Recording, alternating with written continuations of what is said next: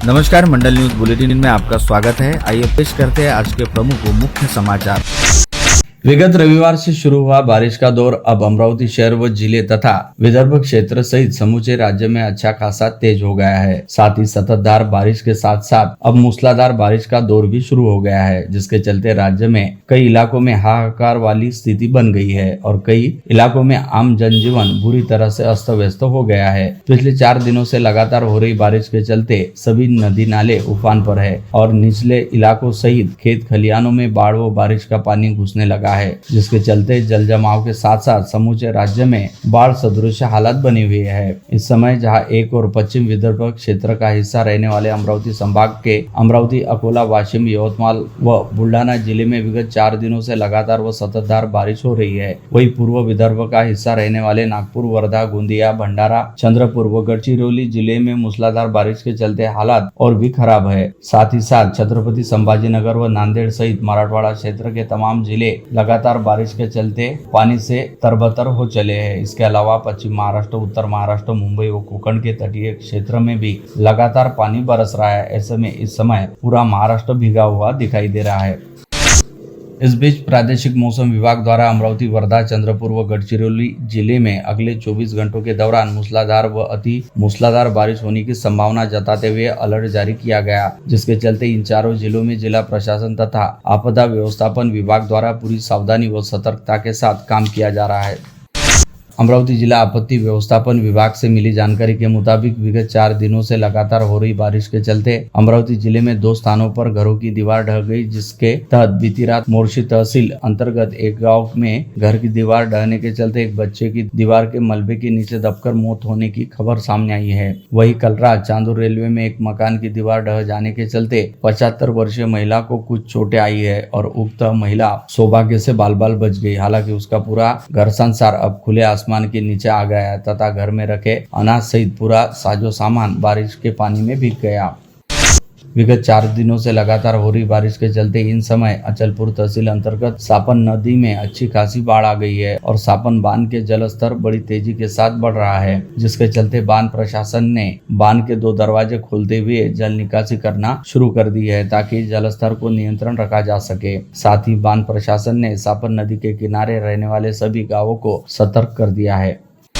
संपूर्ण कर्ज माफी करते हुए किसानों का 7/12 पूरा करने की प्रमुख मांग को लेकर विगत 7 जुलाई से पदयात्रा पर निकले बच्चू कडू और उनके समर्थकों का उत्साह तेज बारिश के बीच भी जबरदस्त बना हुआ है और तेज बारिश के बावजूद बच्चू कडू अपने समर्थकों के साथ पदयात्रा करते हुए लगातार आगे बढ़ रहे हैं, जिसके तहत आज अपनी पदयात्रा के तीसरे दिन बच्चू कडू ने मानकी गाँव से पैदल आगे बढ़ना शुरू किया। इस समय बच्चू कडू के साथ प्रहार पार्टी के पदाधिकारी व सैकड़ों किसानों सहित गत रोज ही पदयात्रा के साथ जुड़े दर्जनों भेड़पाल पैदल चल रहे थे। वही आज की पदयात्रा के साथ वारकरी पथक भी जुड़ गए, जिसके चलते इस पदयात्रा का स्वरूप भी विशाल हो गया। विशेष उल्लेखनीय यह रहा कि पूरा समय तेज बारिश जारी रहने के चलते जहां पूर्व मंत्री बच्चू कडू अपने शरीर पर रेनकोट वाला जैकेट पहनकर चल रहे थे, वही कई लोग रेनकोट व छाता धारण कर इस पदयात्रा में शामिल हुए थे और किसी के भी उत्साह व हौसले में कोई कमी नहीं थी। विशेष यह रहा कि इस पदयात्रा के दौरान पूर्व मंत्री बच्चू कडू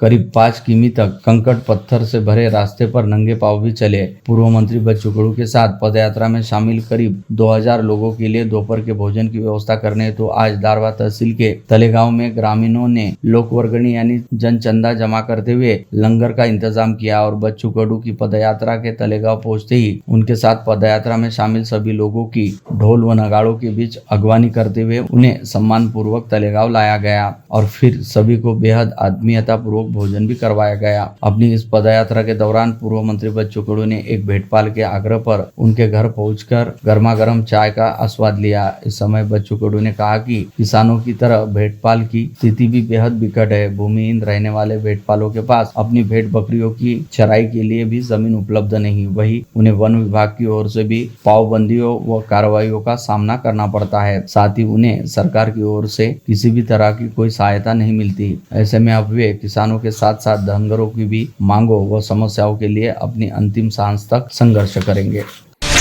प्रहार जनशक्ति पक्ष के अध्यक्ष और पूर्व राज्य मंत्री बच्चू कडू के 7/12 कोरा यात्रा में कल 10 जुलाई को दोपहर 2 बजे मनसे नेता और पूर्व विधायक बाला नांदगांवकर भी जुड़ेंगे। प्रवक्ता जीतू दुधाने ने बताया कि नांदगांवकर दारवा तहसील के लाखखिंड में कडू की पदयात्रा में सहभागी होंगे। स्पष्ट है कि कडू के आंदोलन को महाराष्ट्र नवनिर्माण सेना ने अपना सक्रिय समर्थन दिया है।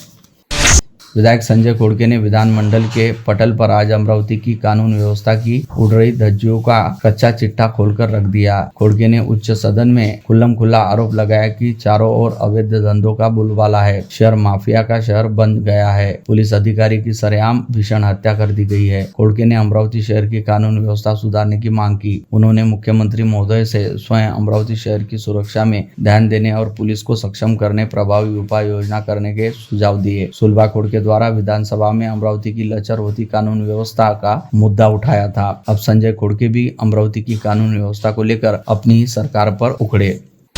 उच्च सदन के सदस्य संजय खोड़के ने शहरी विकास मंत्रालय की पूरक मांग की चर्चा में सहभाग करते हुए महापालिका को जीएसटी के बदले दिए जा रहे अनुदान को नाफाकी बताते हुए भरपूर अनुदान देने की मांग उठाई। उन्होंने सदन में 15 मिनट के विस्तृत संबोधन में पीठासीन सभापति डॉक्टर नीलम गोरे के माध्यम से नगरोत्थान योजना में महापालिका की हिस्सेदारी 30 से घटाकर 5% करने की मांग भी रखी। उसी प्रकार अमरावती शासकीय चिकित्सा महाविद्यालय शहर से 10 किलोमीटर दूर न करते हुए इस बारे में पुनर्विचार करने का अनुरोध फडणवीस सरकार से किया। स्थानीय स्वायत्त संस्था के आगामी चुनाव हेतु फिलहाल प्रभाग रचना का काम चल रहा है। इसके बाद मतदाता सूची के कार्यक्रम और चुनाव की घोषणा होने की संभावना है। इसके मद्देनजर जिला प्रशासन द्वारा मतदाता सूची, मतदान केंद्र, मतदान जन जागृति, ईवीएम मतदान केंद्र तथा चुनाव हेतु आवश्यक मनुष्यबल आदि को लेकर प्राथमिक तैयारियां शुरू कर दी गई है, जिसकी कल 10 जुलाई को राज्य निर्वाचन आयोग द्वारा वीडियो कॉन्फ्रेंसिंग के जरिए समीक्षा की जाएगी। स्थानीय रेखा कॉलोनी परिसर निवासी प्रमोद विश्वासराव लेवरकर ने महावितरण के अमरावती शहर स्थित उपविभाग क्रमांक 1 अंतर्गत आने वाले नवसारी विद्युत केंद्र में अपने घर के लिए विद्युत मीटर मिलने हेतु अगस्त 2023 में आवेदन किया था। कमाल व हैरत वाली बात यह रही कि महावितरण द्वारा उनके घर पर विद्युत मीटर तो नहीं लगाया गया, लेकिन उनके घर पर बिजली का बिल भेजना जरूर शुरू कर दिया, जिसे लेकर प्रमोद लेवलकर अचंभित हो गए और उन्होंने इस बारे में महावितरण के शाखा अभियंता सहित शहर अभियंता को भी सूचित किया। लेकिन इससे भी बड़ी आश्चर्य वाली बात यह रही कि महावितरण द्वारा अब तक अपनी गलती को तो नहीं सुधारा गया और प्रमोद एवलकर को विद्युत कनेक्शन नहीं दिया गया, परंतु उन्हें प्रतिमाह बिजली के बिल बराबर व बदस्तूर भेजे जा रहे हैं। ऐसे में अब प्रमोद एवलकर ने इसकी शिकायत सीधे राज्य के मुख्यमंत्री व ऊर्जा मंत्री देवेंद्र फडणवीस तथा ऊर्जा विभाग व महावितरण के वरिष्ठों से की है। अमरावती शहर की विभिन्न समस्याओं को लेकर आज कांग्रेस के एक प्रतिनिधि मंडल ने सांसद बलवंत वानखड़ के नेतृत्व में मनपा आयुक्त व प्रशासक सौम्या शर्मा से मुलाकात की और उनके साथ शहर की अस्वच्छता सहित विभिन्न प्रलंबित विकास कामों तथा इसके पहले कई कामों में हुए भ्रष्टाचार के बारे में चर्चा की। इस समय पूर्व राज्य मंत्री डॉक्टर सुनील देशमुख, पूर्व महापौर विलास सिंगोले व मिलिंद चुमोटे आदि सहित कांग्रेस के कई पूर्व पार्षद व पदाधिकारी उपस्थित थे।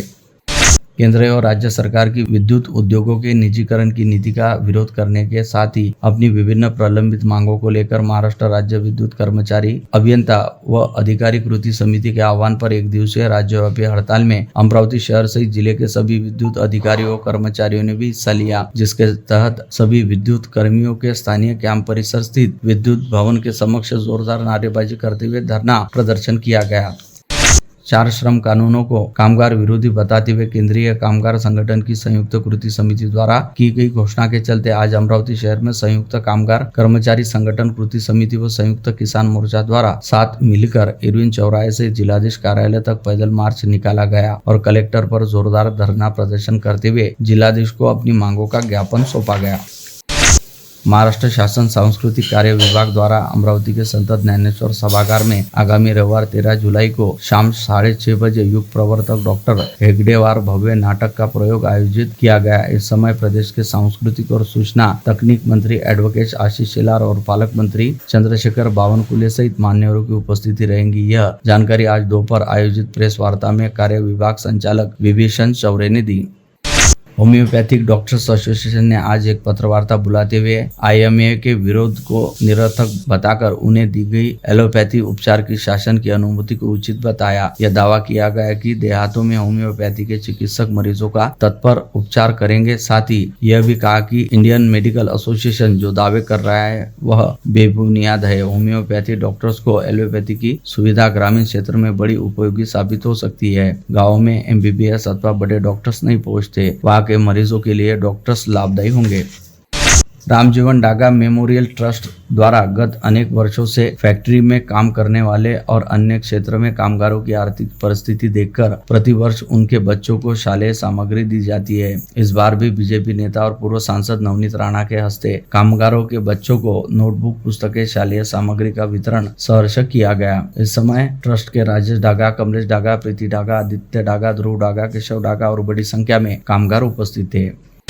रायली प्लॉट स्थित श्री सतीधाम मंदिर में स्थापना के 50 वर्ष पूर्ण होने के उपलक्ष्य आज से 2 दिवसीय उत्सव प्रारंभ हुआ। सूरत से पधारे जस गायक सुरेश जोशी ने विधि विधान से पूजन कर सवेरे मंगलमय मुहूर्त में श्री श्याम अखंड ज्योत पाठ प्रारंभ किया। बड़ी संख्या में भाविकों की उपस्थिति रही।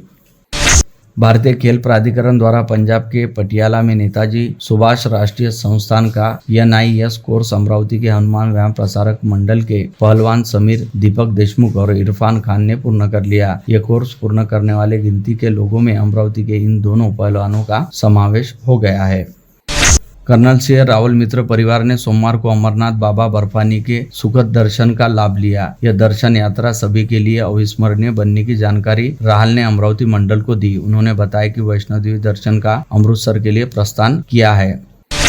विदर्भ का सबसे फेमस हिल स्टेशन इन बारिश के दिनों में पर्यटकों से लबालब है। छुट्टी के दिन तो यहाँ आने वालों की संख्या कई गुना हो जाती है, किंतु कुछ उन्मादी सैलानी यहाँ तमाशे कर नाक लोगों का मजा किरकिरा करने पर तुले हुए हैं। मंगलवार दोपहर 3:30 बजे कुछ अति उत्साही दर्शकों ने अपने वाहन के लाउडस्पीकर पर तेज आवाज में गाने बजाते हुए सड़क पर ही रेन डांस शुरू कर दिया। घंटे भर तक उनका तमाशा चलता रहा, जिससे मार्ग का यातायात अवरुद्ध हो गया। लोगों का आरोप है कि यह तमाशा सैलानी शराब के नशे में धुत थे। कॉलेज छात्राओं को बहलाकर उनके साथ प्रेम संबंध स्थापित किए जा रहे हैं। एक के बाद एक प्रकरण जिले में उजागर हो रहे हैं। 2 रोज पहले अपनी बेटी को पेट दर्द के कारण PDMC अस्पताल में ले गई मां ने सिर पीट लिया, जब डॉक्टर्स ने बताया कि उसकी बेटी गर्भवती है। इतना ही नहीं, उसके गर्भ को 30 सप्ताह हो चुके हैं। तुरंत गाड़गेनगर थाना में शिकायत दी गई। पुलिस ने विभिन्न धाराओं के तहत आरोपी को नामजद किया। उप निरीक्षक रत्नपाल की आगे की जाँच कर रही।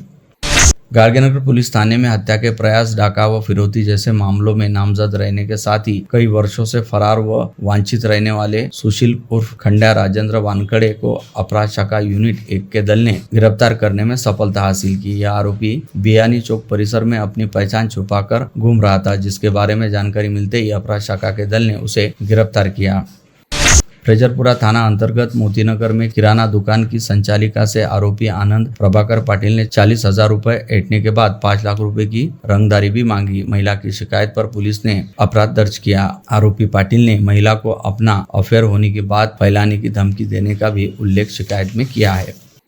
बुल्डाना में घर के निर्माण हेतु मायके से 30,000 रुपए लाने की मांग करते हुए ससुरालियों द्वारा लगातार की जाती प्रताड़ना से तंग आकर आशा किशोर गायकवाड़ नामक 27 वर्षीय विवाहिता ने पेंटाकली बांध के पानी में छलांग लगाकर अपनी जान दे दी, जिसे लेकर मिली शिकायत के आधार पर पुलिस ने उक्त महिला के पति, सास, ससुर और देवर को गिरफ्तार कर लिया।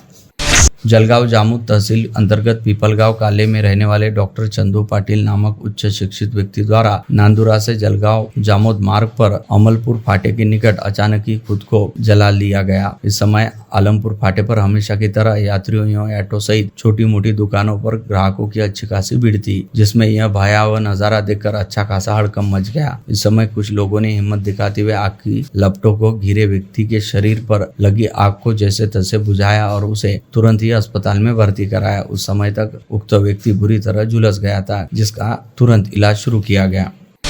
पुसद शहर के वसंत नगर स्थित टीपू सुल्तान चौक परिसर में एक पति ने अपनी पत्नी की मुर्गा काटने की छुरी से गला रेतकर निर्मम हत्या कर दी। यह वारदात मंगलवार की रात 3 बजे हुई। हत्या की घटना को अंजाम देने के बाद पति खुद थाने में पहुंचा और अपराध कबूल कर लिया। मृतक का नाम सानिया कुरैशी तथा आरोपी आसिफ शफीक कुरैशी है। यवतमाल में एक तांत्रिक ने शहर के वंजारी फैल निवासी महिला और उसकी नाबालिग बेटी को 1 साल तक बंदी बनाकर रखा और अघोरी इलाज करता रहा। सोमवार की शाम इस मामले का भांडाफोड़ हुआ। पुलिस ने मां बेटी को तांत्रिक के चंगुल से छुड़ाया और तांत्रिक के घर की तलाशी ली। उसके घर से नगद और सोने के आभूषण के साथ अघोरी पूजा सामग्री बरामद हुई। अकोला में सहकारिता विभाग ने 8 जुलाई को अकोट तहसील के अवैध साहूकारों के यहाँ छापे मारे। जिला उप निबंधक डॉक्टर प्रवीण लोखंडे के मार्गदर्शन में सहायक पंजीयों की टीम ने अकोट शहर के रामटेकपुरा खतोरेवाडी निवासी गजान लक्ष्मण माकोडे के यहाँ छापा मारा। वर्धा में कानपुर से चोरी किए गए आभूषण न दिखाने पर ट्रेन में ही महिला साथियों से मारपीट कर एक महिला की हत्या कर दी। इस मामले में 6 माह के बाद शहर पुलिस ने 8 महिलाओं को गिरफ्तार कर हत्या का मामला दर्ज किया। एक महिला फरार है। मृतक महिला का नाम शोभा हाथागड़े बताया गया है। बारिश का मौसम शुरू होते ही सड़क किनारे रहने वाले पेड़ एक बार फिर रास्ते से गुजरने वाले वाहन चालकों व यात्रियों के लिए मुसीबत साबित होने लगे हैं। इसी तरह की एक घटना सड़क अर्जुनी परिसर में घटित हुई, जहां सड़क पर दौड़ती मारुति कार पर पेड़ गिर जाने की वजह से कार में सवार 2 लोगों की मौत हो गई तथा कार चालक गंभीर रूप से घायल हुआ। विशेष यह रहा कि जिस समय यह हादसा हुआ तब पीछे से आ रही टोयोटो कार का चालक भी अपनी आंखों के सामने यह हादसा देखकर हड़बड़ा गया और उसका अपने वाहन से नियंत्रण छूट गया, जिसके चलते टोयोटो कार भी अनियंत्रित होकर रास्ते के किनारे स्थित एक दूसरे पेड़ से जा टकराई, जिसकी वजह से टोयोटो कार के चालक सहित 3 लोग घायल हो गए।